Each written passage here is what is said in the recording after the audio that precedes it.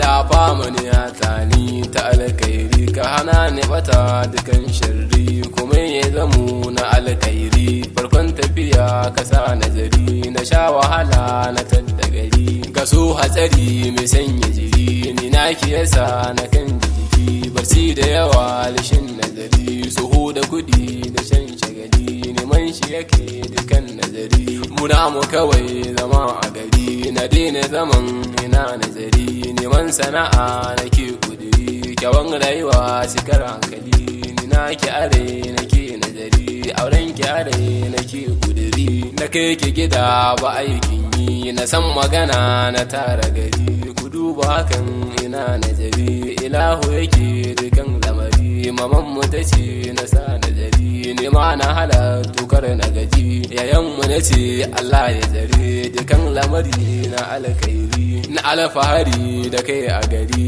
silar ka ayo na tadda gari miki shi are na kansa da shi Allah ya tsare dukan lamari dukan godiya alkairi ce kara ka da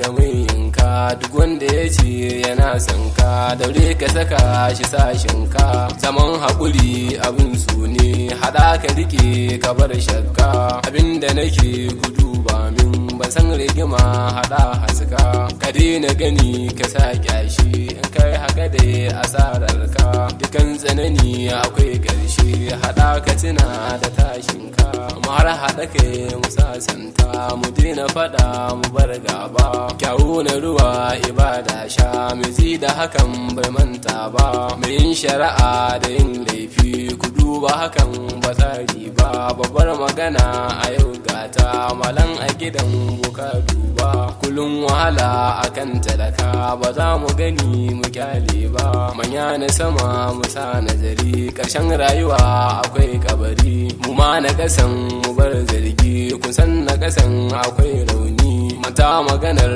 kudin baba duka shari'a ta daure ni amin tsanani gani zai fi mai sanya yi ma ba da yi ba kowa ya bace mu tada shi dai gaskiya guda ce ba gulman da muke mu daina shi Allah ya hana bari baba Allah ya daga ni yau gani na fara gini ban yi da ba amma wahala ta zo karshe mu sa addu'a abin yi ba wannan maganar hada duba ba za mu gini mu kyale ba zancen taimako mu saniya in mun yi hakan ibada ne kowa ya tuna akwai ƙarshe rike gaskiya a tsarinka in kai haka za ka yi zarce Allah mu rike da san manzo ƙarshen magana na zo ƙarshe bashir nake amma zance kira ni suke basho MK